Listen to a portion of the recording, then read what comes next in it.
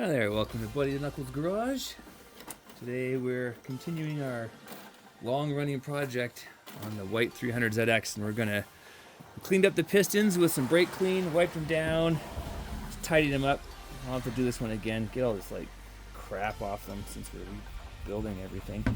Well, today we're going to ring the pistons. Now, I wasn't going to make a video on this, but there are a couple tricks or some things to keep in mind when you're doing this. So I figured I'd let you guys know as well.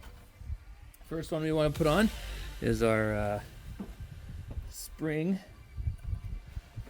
It just kind of it does have a wire going through it to stop it from going all over the place.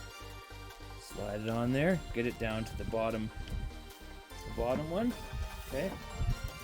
Now in our pack of rings, we've got some really flimsy ones. So these flimsy ones are going to go top and bottom of what we just put in there. Okay. Oops. Okay, so you want to hook part of it in there, and then pull out, spiral it around. Oh, I went in the wrong one. Okay, let's move it down a little bit. Now these ones aren't as delicate as the other ones we're going to do.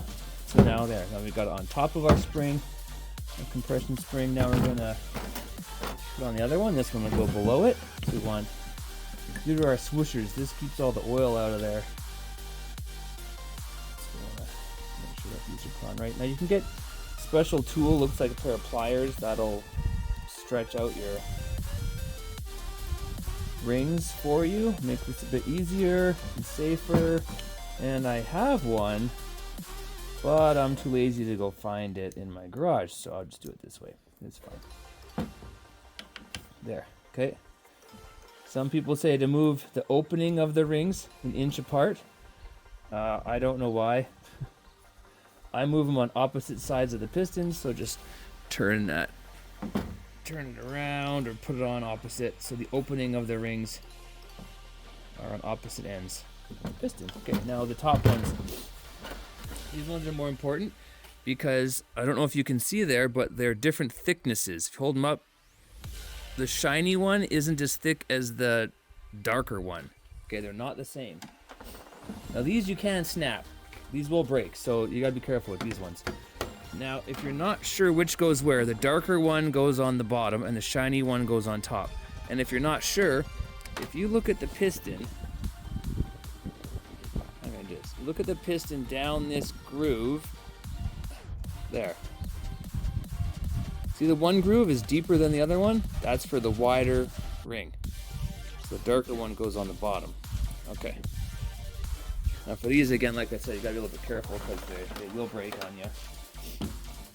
If you have the ring expanders, now's a good time to use them. Otherwise, put it on top.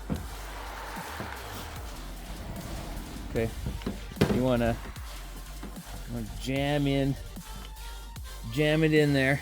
Okay, and then just expand it out enough for it to go around.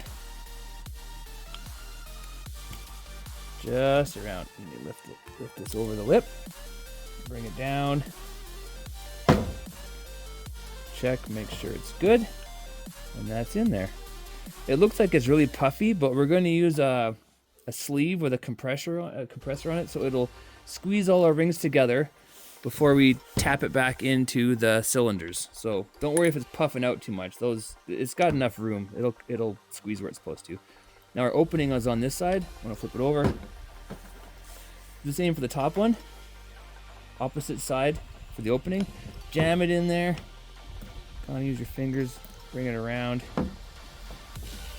Squeeze. And there you have it. Another thing that you should look into for your pistons is that you want them floppy. If they're tight, they should be nice and floppy. If you're ever replacing your tops for whatever reason, you're keeping your rods, to get these separated, there's a ring clip in here, okay? Pinch it out, and then you've got your, what do you call them in there? Not elbows. Elbows? No, that doesn't make sense. This sleeve in here, you want to tap it out, but you have to make sure that you boil these first. Yeah, so get out your wife or your girlfriend's biggest pot for making spaghetti, fill it full of water, boil that to 100, drop these in, and then you'll be able to tap out this middle part with a socket and like a hammer.